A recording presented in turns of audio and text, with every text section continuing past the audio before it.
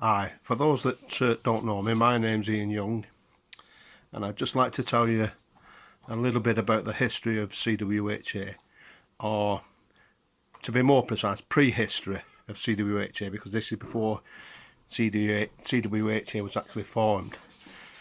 It's about the first convoy that we ever did in July 1995, and I was fortunate enough to be chosen by my union, CWU, to travel on a convoy to war-torn Bosnia. This was the start of a long journey that has lasted me for 25 years of my life. Along with two other volunteers, Jerry Brook and John Fernley, we set off from Manchester to Birmingham to meet our third crew member, Neville, in an old BT 7.5 ton lorry that affectionately became known as Cecilia, and that was later altered to the famous chuck wagon. The journey was long and at times difficult to hold due to hold-ups on various borders, especially the Croatian-Bosnia crossing, where we spent 3 days waiting for clearance. But once we got through the border, we knew it was not much further to travel as we headed for a little town called Tuzla, right in the middle of the country. Along the way, we had seen firsthand what had been shown around the world on TV, the awful aftermath of ethnic cleansing, where neighbour had turned on neighbour, and armed forces had cleared the whole villages simply on the grounds of religion or race. It was truly horrendous and something that I will never ever forget. Once we entered Bosnia, the people welcomed us with bottles of what I thought was water, until I took a big gulp and realised it was a homemade local spirit called Slivovic. It nearly blew my head off, and needless to say, I didn't drive any more that day. I left that to my co-drivers. We finally arrived at our destination to be greeted by the local customs in Tuzla, who immediately singled out our truck for inspection, and on discovering our manifest that we had batteries as part of the aid that we had brought with us to repair the town's telephone system, they demanded that we find the batteries and hand them over to them. As the offending batteries were first to be loaded, we had to completely empty the truck out to find them. As it turned out, this was a good thing, because after several hours of looking without success, the customs men got fed up and told us to reload everything and keep the batteries. We were then free to meet the people we had travelled all the way to help. At this point, the four of us split into pairs. Jerry and Neville went to live with a young family. John and myself, we stayed with a married couple who were both journalists. One worked for the TV and the other one was a press journalist, a newspaper journalist. The next day, work started on delivering the aid. Most of ours was equipment for repairing the telephone system, and that was deliberately because we knew that the system was absolutely shot at. There was no telephone system at all within the town, and we had two BT engineers with us, John and Jerry, and like I say, we just took the aid simply to mend the telephone system so they could actually communicate with the outside world. We also met with the journalists who we were reporting on what we were there for, and it soon became obvious that everyone was at some degree suffering from the war, but those suffering the most were the children, which is usually the case anyway. The one thing that upset me the most was when I was taken on a tour of the town by a teenage boy who, when we arrived at the town square, told me a story that changed my life forever.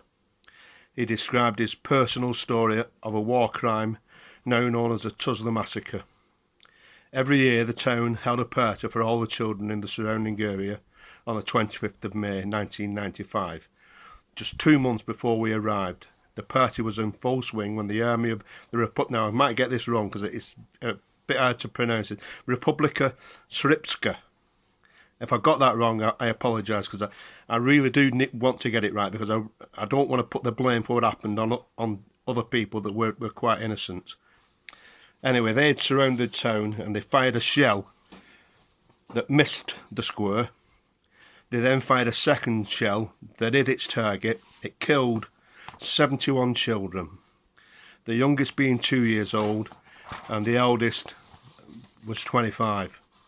It also wounded a further 240 people. The young boy we were with then said that his cousin saved his life that day.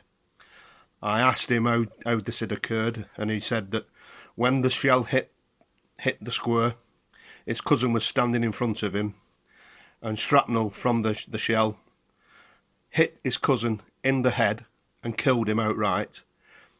And if his cousin hadn't have been stood in front of him, that shrapnel would probably have hit him and killed him. Absolutely horrendous. An awful story to hear, but that is what actually, that's what took place. Anyway, a couple of weeks later, or days later I should say, the town had a meeting to decide how to deal with this awful tragedy. They discussed where to bury the children, and it was proposed that the Christian children be buried in the Christian cemetery and the Muslim children be buried in the Muslim cemetery. At this point, a young girl got to her feet and addressed the crowd, the attending crowd, and said that she had knew all the children that were killed, or nearly all of them, and they were all friends, and as such they should all be buried together in one place. Anyway, the town council listened to this argument and decided that that should be the case, and they're now all buried on a hillside overlooking the town. I visited the graves with Neville, John and Jerry, and none of us could hold back the tears. It was at this moment in time that made me more determined than ever that I should help those less fortunate than myself, no matter what nationality, creed, race or religion. We spent about 4 weeks virtually trapped in Tuzla because we were told by the locals that it was too dangerous to travel because of the surrounding armies that were taking pot shots at the town and indiscriminately killing people at will. And after 4 weeks of not even being in contact with anybody, we couldn't contact anybody because, like I said, the telephone systems were down. We didn't have mobile phones in them days. They were talking about 25 years ago. We finally did manage to get an outside line, and I talked to my wife for the first time in 4 weeks. I think I phoned Carl Webb up, or one of the four managed to get in touch with Carl Webb, our regional secretary, and we then made a decision that we would try and leave Tuzla and try to get back home, because we'd been away from home for maybe 5 weeks by then, travelling down to Tuzla, and 4 weeks we were trapped in Tuzla. We knew it was going to take at least another week to get back. We thought we were going to get sacked from work because there were 2 BT engineers and 2 posties.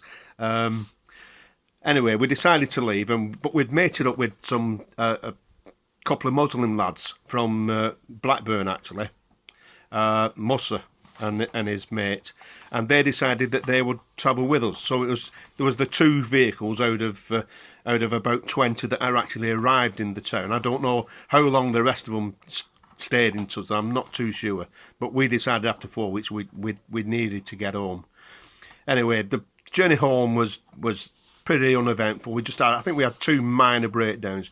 The fuel filter on our vehicle clogged up with all the dust from the roads and what have you, and the Blackburn guys had a leak in the radiator, so we took a diversion into Munich, picked up a radiator and fixed the radiator ourselves on the side of the road. But apart from that, coming back was fairly easy. But what I'd like to say is, I say without a shadow of a doubt, that first convoy to Tuzla changed my life, and I've been involved with CWUHA ever since, and it's been an honour and a privilege to have travelled on more CWUHA convoys than I can actually recall. I can't remember how many I've done.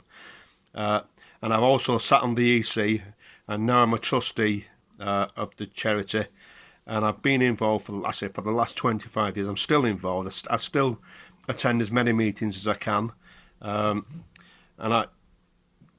that first convoy will forever be in my mind. I'll take that to my grave. Truly horrendous situation. And what we did then as like I say, it was pre-CWUHA. This was just a CWU journey, really. But out of that small acorn grew a mighty oak tree.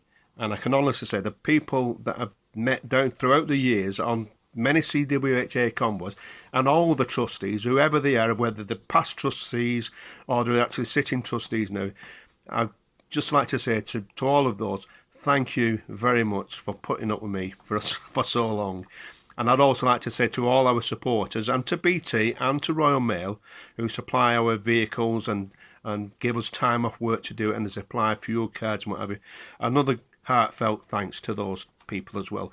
We often forget that BT and Royal Mail have supported our charity, CWUHA, through the 25 years that we've actually been running the thing. So thank you very much, and goodbye. See you all sometime or other in the future. Bye.